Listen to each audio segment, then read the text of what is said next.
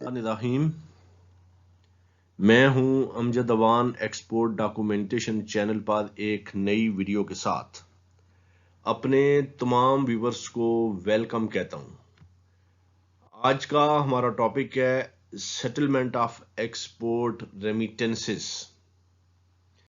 किसी दोस्त का क्वेश्चन आया था इससे मिलता जुलता एक्सपोर्ट रेमिटेंसेस की सेटलमेंट के बारे में, तो मैंने सोचा इसके ऊपर अपने दोस्तों को अवेयरनेस दे दी जाए। और वीडियो को स्टार्ट करने से पहले अपने दोस्तों से गुजारिश है कि अगर आप मेरे चैनल पर नए हैं या आपने अभी तक मेरे चैनल को सब्सक्राइब नहीं किया तो उसे सब्सक्राइब कर दें, उसके साथ बेल आइकन को जरूर क्लिक करें ताकि हर नई वीडियो का नोटिफिकेशन आपके पास पहुंच सके। अब वीडियो को स्टार्ट करते हैं।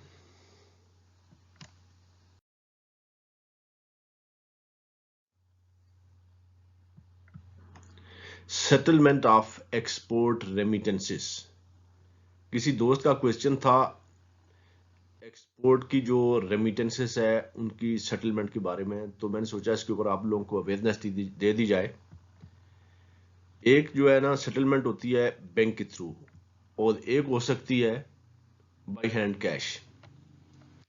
तो सबसे पहले तो मैं जरा एक्सप्लेन करना चाहूंगा कि एक्सपोर्ट की जो पेमेंट होती है, एक तो होती है एडवांस, टीटी इन एडवांस जिसे कहा जाता है। एडवांस पेमेंट कर दी आपके बाद ने और आपने उसको शिपमेंट कर दी। दूसरा होता है एलसी के ऊपर पेमेंट। एलसी साइट भी होती है और यूजांस भी होती है। तो एलसी को आप इस केस में साइट पे कर दें। ये नॉन एलसी शिपमेंट की बात हो रही है जिसमें एक्सपोर्ट रेमिटेंसेस को आपने कैसे सेटल करना है। जैसे डीपी पे होती है या सीएडी के ऊपर होती है या इसी तरह कुछ पेमेंट एडवांस आ जाती है और बैलेंस जो है वो कॉपी डॉक्यूमेंट्स की होती है। बेसिकली उन दोस्त का क्वेश्चन ये था कि हम जो है एक फैमिली के दो एक्सपोर्टर इंपोर्टर, यानी पाकिस्तान में एक्सपोर्टर है और फॉरेन में इंपोर्टर है। एक ही फैमिली के दो लोग हैं, दो भाई भी हो सकते हैं, कजन भी हो सकते हैं, फैमिली के दो मेंबर्स हैं। तो जो एक्सपोर्टर है पाकिस्तान से वो एक्सपोर्ट करता है और इंपोर्टर यूके में या मिडिल ईस्ट में कहीं भी है उस वो इंपोर्ट करता है वही प्रोडक्ट उसी अपनी फैमिली मेंबर से। तो अब इसमें पेमेंट का जो इशू है वो हम दो भाइयों की या दो कजन के बीच में है। तो इसमें जो हमारा सिस्टम है, जो हमारा बैंकिंग का जो सिस्टम है उसको क्या प्रॉब्लम है, हम आपस में ही एक दूसरे से सेटलमेंट कर लें, ये हमारे घर की बात है।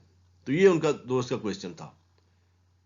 तो इस सिलसिले में गुजारिश ये है कि जो पाकिस्तान के जो रूल्स हैं और पर्टिकुलर जो थर्ड वर्ल्ड कंट्रीज हैं उनमें भी इसी तरह के रूल्स हैं। मुझे एग्जैक्ट तो नहीं पता कि इंडिया में या बांग्लादेश में क्या रूल्स हैं, लेकिन मैं पर्टिकुलर पाकिस्तान के रूल्स की बात करूंगा। और वियतनाम वगैरह में भी इसी तरह के रूल्स हैं। वहां आप जब शिपमेंट करते हैं तो अपने बैंक के थ्रू करते हैं। जो भी आप एक्सपोर्ट करते हैं या इंपोर्ट करते हैं अपने बैंक के थ्रू होती है आपकी। तो जब आप अपने बैंक के थ्रू एक्सपोर्ट करते हैं तो आपकी पेमेंट भी बैंक में आनी ये नेसेसरी है। आप उसको बाई हैंड कैश ना नहीं दे सकते, ले सकते भी नहीं है। और दूसरी चीज, पहले ये होता था कि पाकिस्तान से आप कोई एक्सपोर्ट कर रहे हैं तो इंपोर्टर आपका कहीं भी है, उसने अपने पर्सनल अकाउंट से भी पेमेंट कर दी तो वो एक्सेप्टेबल होती थी, लेकिन आजकल नहीं है। आजकल फेटफ के जो रूल्स हैं उसकी वजह से उसने ये पेमेंट अपने बैंक से करनी है, अपनी कंपनी के अकाउंट से करनी है। जिस कंपनी के अकाउंट से पेमेंट होगी शिपमेंट भी उसी कंपनी ही को जाएगी। तो ये नेसेसरी है। आप इसमें बाई हैंड कैश जो है लेने देने का काम नहीं कर सकते। आपने अपनी जो रेमिटेंसेज हैं वो बैंक टू बैंक ही करनी है। जिस बैंक से आपने शिपमेंट की है उसी बैंक में पेमेंट आनी चाहिए। अगर इन केस किसी दूसरे बैंक में भी आ जाती है किसी वजह से भी, तो फिर वो बैंक को बताना पड़ता है, वो एक उनका लीगल प्रोसेस होता है, फिर वो पेमेंट इस बैंक को ट्रांसफर हो जाती है। लेकिन यह कि बैंक टू बैंक ये रेमिटेंसेस आती हैं। और इसमें आप ये नहीं है कि आप दो भाइयों का मैटर है या दो कजन का मैटर है तो आपस में सेटल कर लेंगे, ऐसा नहीं हो सकता।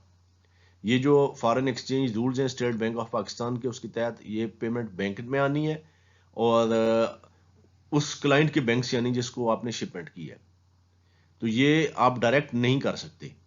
ये पाकिस्तान में ये रूल्स हैं। हाँ, दूसरे जो कंट्रीज हैं, सऊदीया में या दूसरे मिडिल ईस्ट के दूसरे कंट्रीज हैं या यूरोप के कंट्रीज हैं या रशिया वगैरह, ईरान वगैरह, वहाँ इस तरह की नहीं है, क्योंकि वो वेल डेवलप कंट्री हैं, तो उनको इसमें प्रॉब्लम नहीं होती। हमें ये प्रॉब्लम होती है अगर हम ऐसा ना करें, हमारे कंट्रीज ऐसा ना करें, तो फिर ये जो है मनी लॉन्ड्रिंग के जरिए मुल्क की जो बहुत सी एसेट्स हैं वो फॉरेन में चली जाएंगी।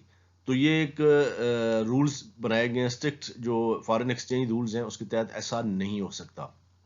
पेमेंट आपने मंगवानी है, जो पाकिस्तान का एक्सपोर्टर है उसने एक्सपोर्ट की है तो उसने पेमेंट मंगवानी है अपने बैंक में, कहीं से भी मंगवाए, लेकिन उसको पेमेंट हमारे बैंक को चाहिए, स्टेट बैंक को पेमेंट चाहिए। तो आप आपस में जो आपका भी फैमिली रिलेशनशिप है वो इसमें नहीं हाइल हो सकता। आपने पेमेंट मंगवानी और पेमेंट बैंक में ही आनी है। और ये भी याद रखें, जैसे पहले मैंने गुजारिश की है, कि उसी कंपनी के अकाउंट से आनी चाहिए जिस कंपनी को शिपमेंट हुई है या शिपमेंट होनी है। पर्सनल अकाउंट से भी नहीं आ सकती, कंपनी के अकाउंट से ही आएगी। तो ये आप याद रखें कि इसमें फैमिली मेंबर्स का कोई अमल दखल नहीं है। ये जो फॉरेन एक्सचेंज रूल है उनको आपने फॉलो करना है। उम्मीद है वीडियो आपको अच्छी लगी होगी। वीडियो अच्छी लगे तो उसे अपने दोस्तों से शेयर करें और लाइक करें। मिलते हैं अपने नेक्स्ट ट्यूटोरियल में किसी और टॉपिक के साथ। अपना बहुत सा ख्याल रखिएगा। अल्लाह हाफिज़।